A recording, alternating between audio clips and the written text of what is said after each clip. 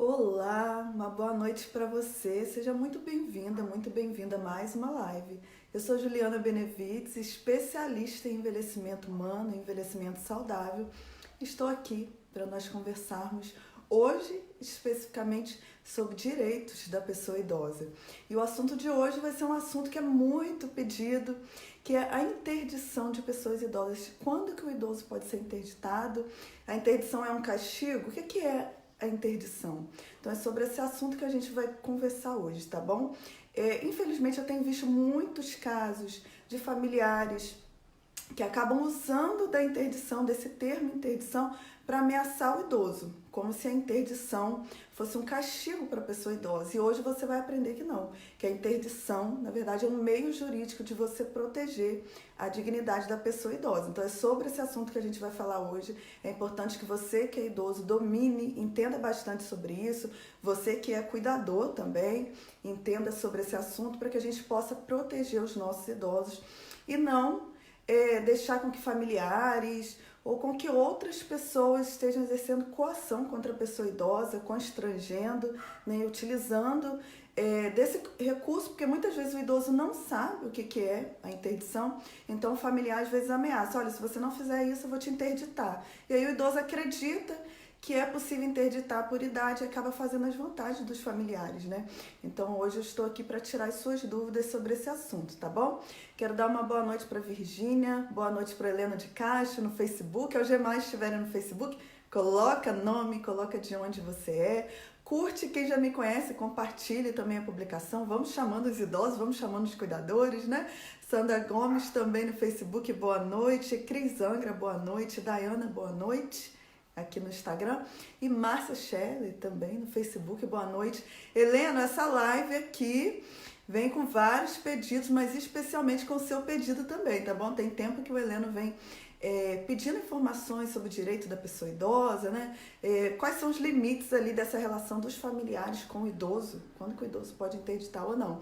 Então fica atento aí, porque essa live eu tô atendendo aí uma solicitação sua também, tá bom? Então uma boa noite para todos. Sejam bem-vindos, né? Elza Ribeiro também, seja bem-vinda. Vamos marcando aí os idosos, os cuidadores. Royce Criston, né? Aqui no Instagram também, seja bem-vindo. Nevinha Lima, seja bem-vinda. Sejam todos bem-vindos. Marinês, instrumento ao vivo também aqui. Que bom, Marinês. Você está participando aqui dessa live. Zilma Maria de Goiás. Helena, isso aí, Helena. Live de hoje pensando em você, tá bom? Lembrando, gente, antes de iniciar a live, enquanto a galera vai chegando, quanto mais a gente vai comentando e curtindo, mais o Facebook vai entregando, né? Que a live já começou. Eu quero lembrar para vocês que quarta-feira nós teremos às 20 horas no Facebook, vai ser às 20 horas, tá bom, gente? No Facebook, 21h30 aqui no Instagram, uma live sobre dança, a importância da dança, quais os benefícios da dança para a saúde do idoso. Então, marque aí na agenda, cole na geladeira, no guarda-roupa, mas não deixe de participar da live de quarta-feira, que vai ser muito importante. Então, como vai ser uma live com participação especial, a gente vai ter a live no Facebook e posteriormente a live no Instagram, tá bom? Então, se você puder, às 20 horas, você participa aqui no Facebook, 20h30 participa no Instagram, tá certo? Eu já vou iniciar a live então, só atualizando aqui, vamos lá. Pronto. Vamos lá, gente. Então, o que acontece? Só lembrando, Heleno citou aqui o Estatuto do Idoso, né, Heleno? No mês de outubro, nós teremos várias lives onde eu vou trabalhar com vários temas, todos os temas que estão ali no Estatuto do Idoso, nós vamos conversar. Eu vou explicar para vocês quais são os direitos dos idosos no campo da previdência social, da assistência, da saúde, da cultura, da habitação. A gente vai estudar juntos, eu vou explicar para vocês quais são todos os direitos dos idosos, tá? Então, como o mês de outubro é considerado, né, o dia 1º de outubro é o mês aí do idoso, a gente vai trabalhar no mês de outubro. Eu vou trazer várias informações para você sobre os direitos da pessoa idosa, utilizando especificamente o Estatuto do Idoso, tá? E a Política Nacional da Pessoa Idosa, também a Política Nacional de Saúde da Pessoa Idosa, então fique atento. Mas hoje, diante dessa problemática, como eu venho falando para vocês, falei no início da live, muitos familiares utilizam esse termo para ameaçar o idoso. Olha, se o senhor não fizer isso, se o senhor não me der isso, eu vou te interditar. o idoso não sabe o que é interdição, fica com medo. Então, por isso que a gente vai conversar sobre esse assunto. Então, já iniciando a live, né, dando uma boa noite para Maria do Carmo, que entrou agora, já iniciando, a primeira coisa que a gente precisa saber, gente, interdição não é para castigar o idoso. Interdição é um meio judicial que você pode utilizar para proteger o idoso. Para proteger qual tipo de idoso? O idoso que está apresentando algum tipo de limitação, tá? Em que ele não tenha mais capacidade para cuidar de si mesmo e também para cuidar da sua vida financeira, das suas questões do dia a dia, né? Então, por exemplo, o idoso que tem a doença de Alzheimer, ele vai ter a perda de memória, incapacidade de resolver as questões do dia a dia, ele pode ser enganado financeiramente, né? As pessoas podem mentir para ele. Ele pode comprar coisas que ele não precisa, ele pode fazer dívidas.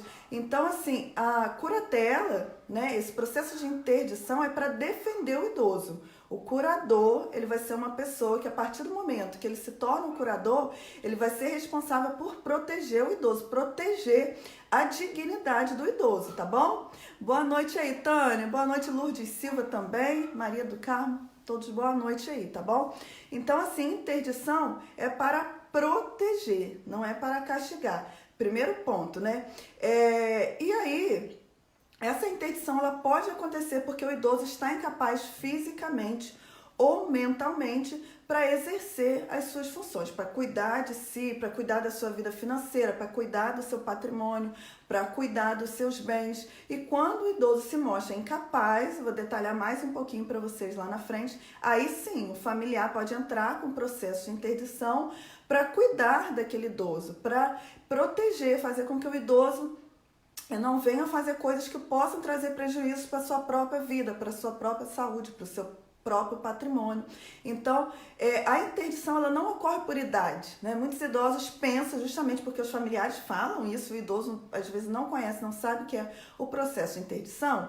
Então, o idoso pensa que, eu tenho 70, 80 anos, o meu filho pode me interditar. Não pode, você pode estar numa cadeira de roda, numa cama, se você é lúcida, o seu filho não pode te interditar, ele só pode te interditar, seu filho, seu esposo, se você não tiver mais condições mentais de cuidar de si mesma. Aí sim, mas idade não é critério para interdição. Então, a primeira coisa que o idoso tem que saber, tá? Não tem essa história, tem 80, 90, então o familiar tem direito de interditar. Não, não tem. Só interdita o idoso quando o idoso tem problemas que impossibilitem ele de gerir a vida dele, de cuidar dele mesmo, né? Como eu citei, o idoso com Alzheimer, às vezes um idoso que tem síndrome de Down, ou que teve um AVC e ficou com alguma sequela neurológica, ficou com algum tipo de demência. Aí sim, ele não tem condições de cuidar da vida dele, de comer na hora que ele tem que comer, de tomar banho, de fazer as atividades que ele tem que fazer. Aí sim o familiar pode entrar com o processo para interditar, tá? Também quero lembrar vocês que interdição não é definitiva. Porque muitas vezes, pode acontecer algumas vezes, por exemplo, o idoso pode sofrer um AVC, ficar com algumas limitações e conseguir ali com as terapias resgatar determinadas funções, né? Ou, por exemplo, o idoso de repente pode ter sofrido um acidente, ficou sem falar, de repente ficou com alguma perda que impossibilite ele de exprimir a vontade dele, de exprimir o desejo dele, né? Então, ele pode ser interditado temporariamente. A partir do momento que ele já tem condições de exprimir os desejos dele, de exprimir a vontade dele, de dizer o que ele quer para a vida dele, essa interdição ela é revogada, o idoso passa a continuar tomando as decisões por conta própria, exprimindo os desejos dele, tá? Então, a interdição nunca é definitiva, ela acaba se tornando definitiva dependendo do quadro, né? Um idoso com doença de Alzheimer, como a doença progressiva, a interdição vai acabar ficando aí para o resto da vida. Mas existem condições que não, que pode ser revogada essa interdição, tá bom? E aí eu vou citar para vocês alguns casos aqui, por exemplo, que o familiar pode e deve, tá? Eu vou explicar para vocês por que deve interditar o idoso, tá? Doença de Alzheimer, já citei para vocês anteriormente. idoso que tem esquizofrenia, tem transtorno bipolar, né? A gente ainda vai falar numa live aqui sobre transtorno bipolar, mas, por exemplo, uma pessoa que tem esse tipo de problema, ela apresenta fases em que ela está muito depressiva e fases que ela está muito eufórica. Nesses momentos de euforia, o idoso pode sair comprando tudo que vê pela frente, por exemplo, né? E aí acaba trazendo prejuízos para a própria vida financeira dele, para a saúde dele. Então, se ele tem esquizofrenia, se ele é bipolar, tem síndrome de Down, geralmente quando tem síndrome de Down já é interditado, né, na juventude, mas vale a pena citar também. Demências, não só demência de Alzheimer, mas, por exemplo, o idoso com doença de Parkinson, que lá na frente apresenta demência de Parkinson. Tem que ser interditado, porque se ele não é interditado, dificulta para você que é familiar resolver as questões relacionadas à vida dele. Então você sempre vai ter problema, né? O idoso internou, você vai ter problemas, porque às vezes o familiar pensa assim, mas eu já tenho a senha de banco, por exemplo, para resolver as questões financeiras dele, né? Mas tem determinadas situações que você não vai conseguir resolver. E aí a procuração não vai ser válida. Por que a procuração não vai ser válida? Porque a procuração só é válida quando aquele idoso tem condições mentais, tá? E ele que diz, olha, faz aquela procuração para determinada pessoa da família, para resolver questões bancárias, né? Para alugar uma casa, alugar um imóvel dele, para vender, enfim, algum bem dele. A procuração significa que o idoso ele é lúcido e orientado e ele está decidindo te dar aquela procuração para representá-lo em determinada situação. Agora, se ele não está mais lúcido, se ele tem uma demência, se ele tem um transtorno mental, a procuração não é válida. Então, tudo que você está fazendo em nome do idoso não é válido mais. Então, você pode futuramente ser questionado, inclusive, por um outro familiar. Porque se o idoso não está lúcido, você ainda está utilizando uma procuração dele, sendo que hoje ele já não tem mais condições de delegar essa função a você ou uma outra pessoa, então está tudo errado. Pode ser questionado se você está utilizando os bens desse idoso, embora você possa estar utilizando para o próprio benefício dele, né? Você pode ter que prestar contas por isso. Então, o ideal o idoso apresenta algum tipo de demência, transtorno neurológico, você tem que procurar ou um advogado particular, se você tem condições financeiras, um defensor público ou a promotoria do idoso no Ministério Público, tá? Porque aí você vai legalizar essa situação, você vai ter que levar um laudo, né? Um laudo médico para o juiz. O juiz esse idoso vai passar por uma perícia também, né? E aí você vai poder ou você se colocar como uma pessoa que quer ser o curador, curadora desse idoso, ou você pode indicar outras pessoas e aí o juiz vai nomear essas pessoas para serem curadora do idoso. E aí sim, quem for o curador pode resolver tudo relacionado à questão tanto financeira, quanto também essa pessoa vai ser responsável pelos cuidados do idoso, né? Porque às vezes a gente vê também pessoas que pegam a curatela do idoso, comprovam, levam lá do médico, tudo direitinho na justiça, conseguem a curatela do idoso. E aí não cuidam, ficam com os recursos financeiros e jogam os cuidados para outro, sem transferir essa remuneração financeira, ou seja, auxiliar, né, aquela pessoa que está cuidando. Então isso aí você pode ser denunciado, se você conhece alguém que faz isso, né, você pode denunciar também, porque o curador, ele não só vai responder pelas questões, pelo patrimônio, pela questão financeira do idoso, mas ele tem que zelar pelo idoso, ele tem que cuidar do idoso, tá? Ele é responsável por manter a dignidade, por proteger essa pessoa, né, da qual ele é o curador. E aí, além dessas questões relacionadas à demência que eu citei, idosos também alcoólatras, tá? Também podem ser interditados. Idosos dependentes químicos também podem ser interditados. Idosos que gastam dinheiro, que a gente diz que é pródigo, né? Gasta dinheiro sem limite. Também pode sofrer esse processo de interdição, tá? Então, não só os problemas mentais, os problemas neurológicos, mas também os transtornos psiquiátricos que eu citei e também esses casos de dependência química, né? Dependência de álcool, dependência de outros tipos de drogas e também os idosos que fazem uso do dinheiro inadequadamente. Então é importante também você saber disso, que esses casos também o idoso pode ser interditado. Inclusive, se for um idoso que tem dependência química, o juiz também, você pode solicitar uma internação, por exemplo, para o idoso, né? Para que ele possa tratar essa questão da dependência química também, tá bom? Boa noite aqui para Glaciete no Instagram, Cuidar Tijuca também, sejam todos bem-vindos, tá bom? Estamos falando sim sobre curatela, é o assunto de hoje, tá? Então, fechando aqui os casos, tem que ter algum tipo de problema, algum tipo de doença, demência, doença psiquiátrica, dependência química, para que possa ser justificado o processo de interdição do idoso. Idade não é motivo para interditar idoso, tá? Então, você que é idoso precisa saber disso, para você se proteger e não cair aí no papo fiado dos seus familiares, tá? E aí, como que você pode entrar, como eu falei anteriormente, com o processo de interdição?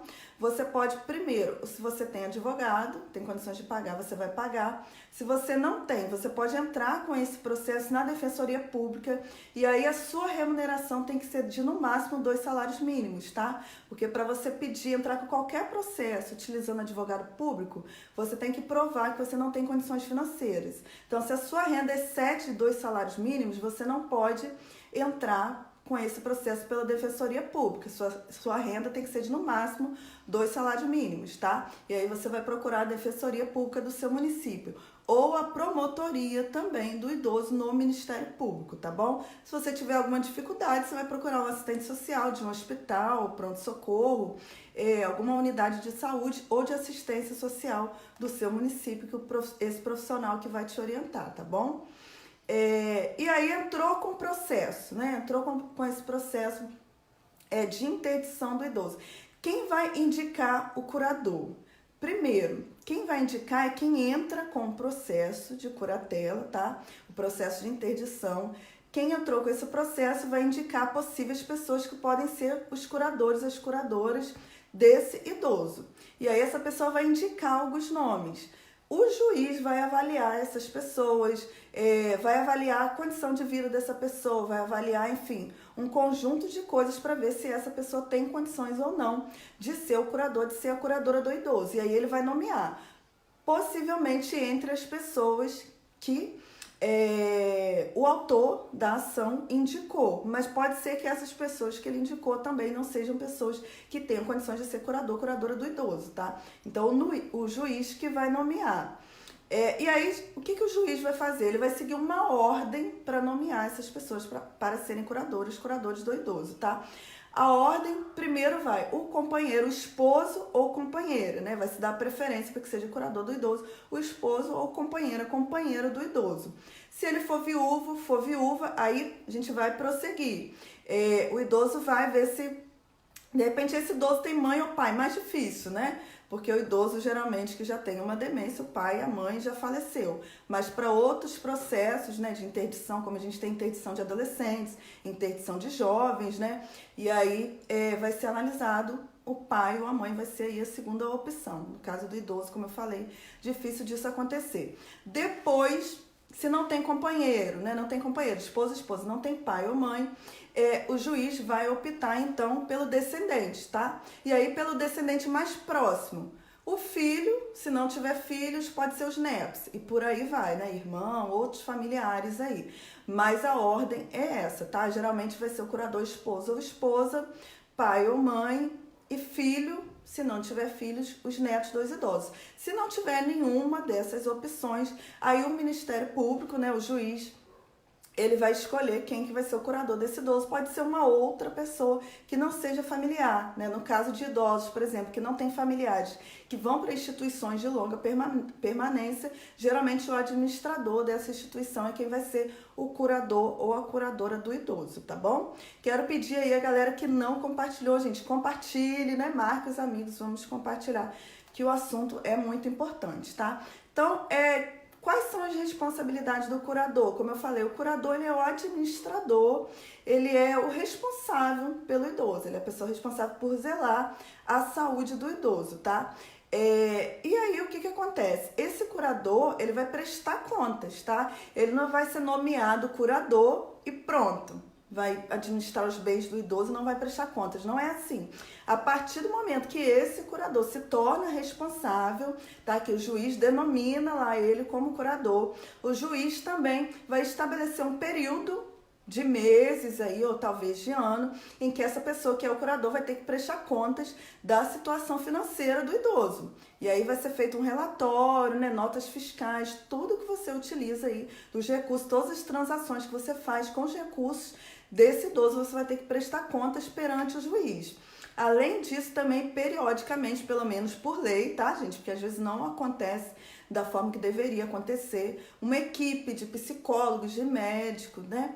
E de assistente social vão visitar a casa dessa pessoa para saber se ela está cuidando bem, se ela está zelando bem pela saúde, pela dignidade desse idoso. Então é importante saber, não só administra, tá? Mas vai prestar contas também perante o juiz. E se fizer algo aí de errado, algo que não seja benefício do idoso, essa pessoa pode ser cobrada, inclusive ter que ressarcir o idoso, tá bom?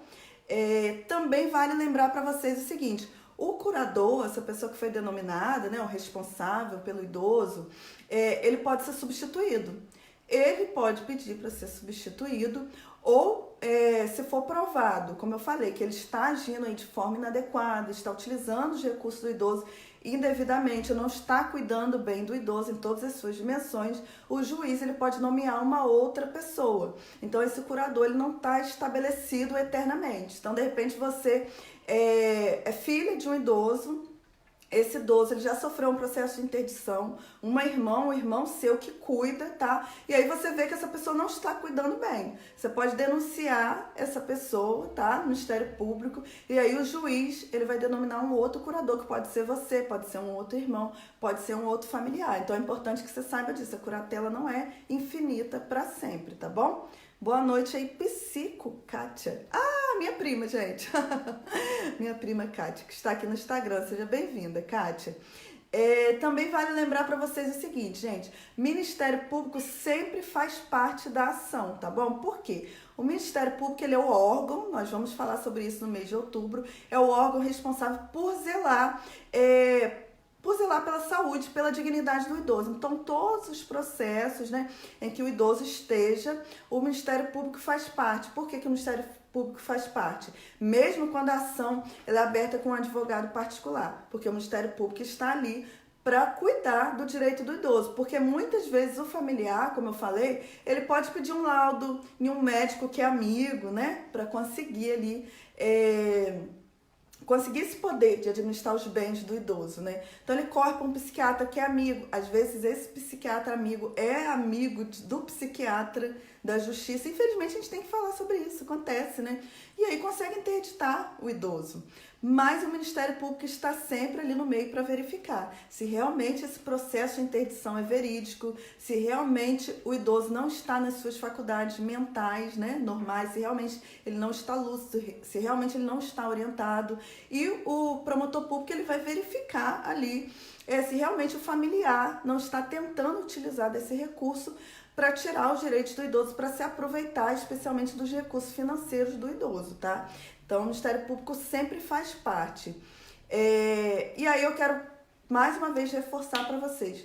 Para entrar com esse processo de interdição, se você percebe, você tem sua mãe, tem seu pai, né, Cleuma, que não tem mais condições de gerir a vida, está com alguma demência, tem que interditar, tá? Você tem que interditar, por quê? Senão todas as ações que ele faz, né, vão ser inválidas, né? Então é importante que você não tenha só a procuração, mas que você tenha a curatela do idoso para que seus atos sejam válidos, tá? E para que você consiga resolver as questões sem você necessitar de intervenção do idoso, até porque nesses casos ele não tem condições de decidir nada. Então você pode ser questionado lá na frente. Então precisa entrar com o processo de curatela, sim.